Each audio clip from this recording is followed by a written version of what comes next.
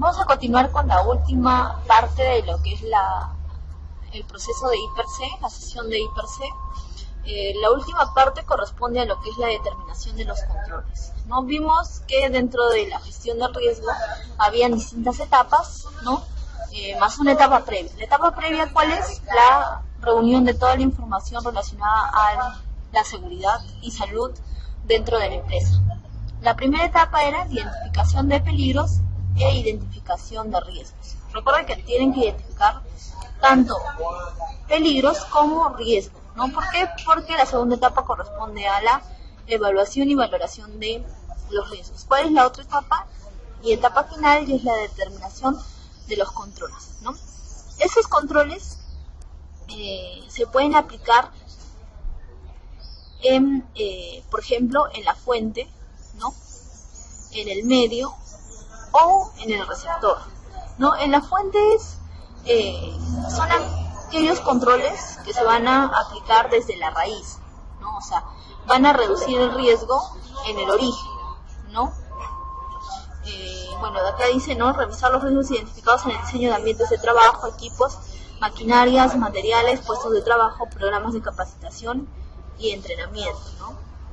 Es, por ejemplo, ¿no? Yo tengo una máquina que produce mucho ruido, ¿no? Entonces lo que hago es eliminar esa máquina, ¿no? Eliminar o reducir el riesgo en el origen, o sea, en lo que produce el peligro, ¿no? En el medio son las acciones orientadas a eliminar o reducir el riesgo en el ambiente de trabajo, ¿no? Por ejemplo, las inspecciones, aplicación de permisos de alto riesgo, ¿no? En el I+C diario, procedimientos, señalización y sistemas de protección. En el receptor, ¿no? Estas acciones ya están determinadas a eliminar o reducir el riesgo, pero a través de la persona que realiza el trabajo. Por ejemplo, las capacitaciones, ¿no? En la persona va a estar expuesta a distintos peligros, ¿no? Entonces yo voy a reducir el riesgo capacitando a mi persona, a mi personal. ¿Para qué? Para que ésta trabaje de tal forma que no esté tan expuesta a estos peligros, ¿no? Pero, ¿cuáles son los mejores? El mejor es ¿no? Los controles en la fuente, porque están eliminando, reduciendo el riesgo desde el origen. ¿Cuál es el beneficio? Conocimiento y aceptación de la existencia real de los peligros, o sea, al aplicar la medida ya estás aceptando que hay un peligro, ¿no? Eso es bueno para la empresa porque, como ya les dije, lo ideal es que cuando se haga la evaluación de riesgos, la persona que va a evaluar sea lo más sincera con respecto a la empresa, ¿no? No se debe de ocultar de repente algunos accidentes o algunos riesgos por temor de repente, ¿no? a que vaya a salir muy alto, ¿no? El riesgo. ¿Qué más? Prevención efectiva de los riesgos, obviamente. Disminuir, ¿no? O eliminar estos riesgos. Informar a los trabajadores, ¿no? Y bueno, lo demás que es lo mismo, ¿no? Ahora, cuando vimos la ley, nosotros vimos una jerarquía, ¿no? De controles. Pero bueno, eso es en teoría, ¿no? La jerarquía que ustedes siguen en la práctica es la siguiente, ¿no? Que es casi lo mismo también. Lo primero que ustedes hacen es, o ustedes cuando realizan la toma de decisiones, o establecen las medidas de control, es eliminar, ¿no? Verificar si se puede eliminar. Si no se puede eliminar, sustituir. Si no se puede sustituir, utilizar controles de ingeniería. Si no son suficientes los controles de ingeniería, hacer uso de controles administrativos. Y finalmente, como complemento, solo como complemento, hacer uso de los equipos de protección personal. Cuando vimos el concepto de prevención y protección, ahora ese concepto nos sirve para dividir, ¿no? Estos controles. Estas medidas de control, las 4 que están acá, son medidas de prevención, porque van a actuar sobre la causa, ¿no? La causa del daño. Esta última es una medida de protección porque actúa sobre la consecuencia, ¿no? Entonces, este es solo complementario, ¿no? Que ocurría que hay una confusión y se piensa que proporcionando a los trabajadores EPP ya está protegido. No está protegido. El accidente puede suceder. Lo que de repente puede proporcionar un equipo de protección es la disminución, ¿no? La disminución del daño. Entonces, no se prioriza esta medida como medida de prevención, sino las otras. Ahora, ¿por qué hay todas esas medidas, ¿no? De repente, lo más factible es eliminar de frente el peligro desde la raíz, ¿no? Pero a veces no se puede, ¿no? Por ejemplo, una persona que está en obra, ¿no? O las personas que están, no sé, vendiendo comida afuera de la obra, ¿no? O de repente los ambulantes, ¿no? Ellos están expuestos constantemente a lo que es la radiación, ¿no? ¿Cuál es el peligro? El peligro es la fuente radiante, ¿no? El sol, ¿no? Pero, ¿yo puedo eliminar el sol? No puedo eliminar el sol. ¿Puedo sustituir el sol? No puedo sustituirlo por uno que emita radiaciones menos intensas, ¿no? Entonces, no puedo eliminar ni sustituir el sol, ¿no? Puedo aplicar controles de ingeniería, vamos a ver qué son controles de ingeniería a continuación, pero no, en realidad no puedo aplicar controles de ingeniería. Controles administrativos podría emplear, sí, ¿no? Porque los controles administrativos vienen a hacer las capacitaciones, ¿no? Por ejemplo, las señalizaciones, ¿no? Lo que podría hacer de repente es proporcionarle a mis trabajadores materiales como por ejemplo bloqueadores, ¿no? Gorros para disminuir la exposición a esa radiación solar. Ahora, ¿de qué se trata cada uno? Por ejemplo, la eliminación es eliminar la fuente de riesgo, por ejemplo, no utilizar en lo sucesivo un solvente calificado como cancerígeno, ¿no? Recuerdo en el convenio que vimos, ¿no? Que nos decía eso, también eliminar o sustituir, o también dejar de realizar esa tarea que implica un riesgo crítico, no realizar la tarea. No siempre se aplica porque a veces esas tareas son muy necesarias, ¿no? Por ejemplo, en lo que es trabajo en altura, ¿cuál es el principal riesgo? El trabajo en altura. ¿Puedo dejar de eliminar esa tarea, esa actividad? No puedo eliminarla. Sustituir la fuente de riesgo por otro, ¿no? Por ejemplo, utilizar plaguicidas orgánicos en lugar de plaguicidas químicos, ¿no? Disminuye el riesgo. También cambiar de repente pasos de la tarea que implica un riesgo alto crítico.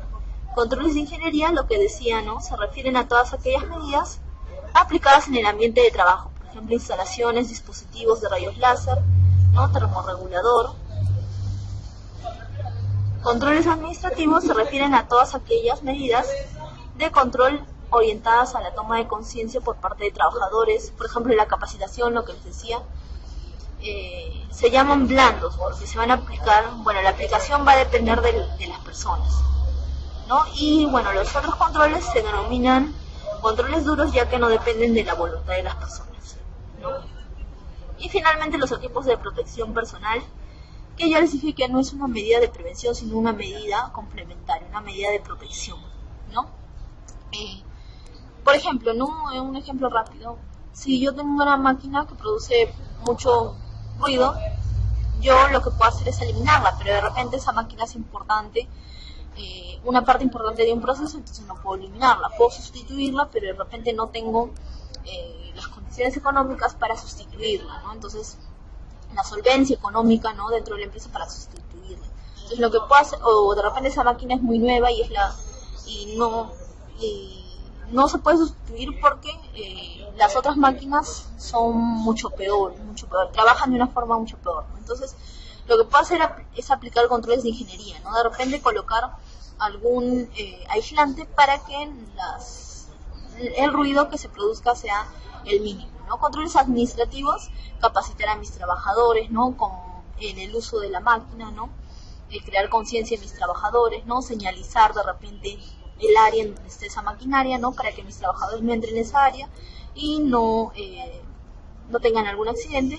Y finalmente proporcionar equipos de protección personal, ¿no? Proporcionar equipos de protección auditiva, por ejemplo. ¿Cuáles son los principios de la acción preventiva? Uno, evitar los riesgos, evaluar los riesgos que no se evitan, controlar obviamente los riesgos en su origen. A veces no se puede controlar, no se puede controlarlos en el origen, ¿no? Sustituir, si no se puede, sustituir lo peligroso, ¿no? Planificar la prevención y adoptar las medidas de protección colectiva. Este es bueno, el IPRC es parte de la planificación, ¿no? Dentro de bueno, el IPRC en realidad es todo, ¿no?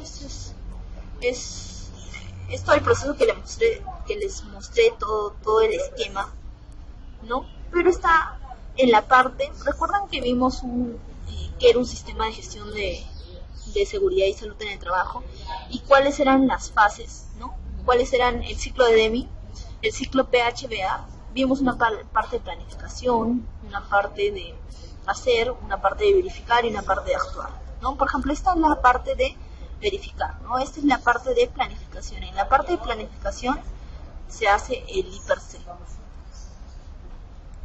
Hay tipos de IPRC, sí, como por ejemplo el IPRC base. El IPRC base es como nuestra evaluación inicial. Es el IPRC que va a establecer un punto de partida. O sea, cuando nosotros de repente nunca hemos hecho un IPRC, entonces vamos a hacer un IPRC base, ¿no? Desde cero. El IPRC específico es el que se hace cuando hay cambios. ¿Se acuerdan que hablamos de que los cambios generaban riesgos, generaban peligros, ¿no? Entonces, nosotros tenemos que verificar si el riesgo aumenta o disminuye, ¿no? Si ese cambio es positivo o negativo, ¿no? Y qué podemos hacer, qué medidas de control podemos aplicar para minimizar o eliminar ese riesgo, ¿no? Entonces, ese es el IPRC específico. Y el IPRC continuo se da de forma diaria, ¿no? ¿Para qué? Para evaluar si tus medidas de control están funcionando, ¿no? Porque las medidas de control se van a implementar y luego va a haber un periodo de prueba. Entonces, constantemente tú vas a evaluar si esas medidas de control te van a servir o no, ¿no? Esto es todo la última parte de lo que es IPRC, que termina en lo que es medidas de control. Y bueno, eso sería todo lo relacionado al IPRC, ¿no? Al tema de identificación de peligros, evaluación de riesgos y establecimiento de controles, ¿no? Ya vimos todas las etapas, los métodos que ustedes utilizan, y de seguro vamos a ver la parte de higiene ocupacional, la parte de evaluación de riesgos de higiene ocupacional en la parte de seguridad, higiene industrial, ¿no? Higiene ocupacional también. Entonces, con esos últimos slides nos quedamos y terminamos la sesión de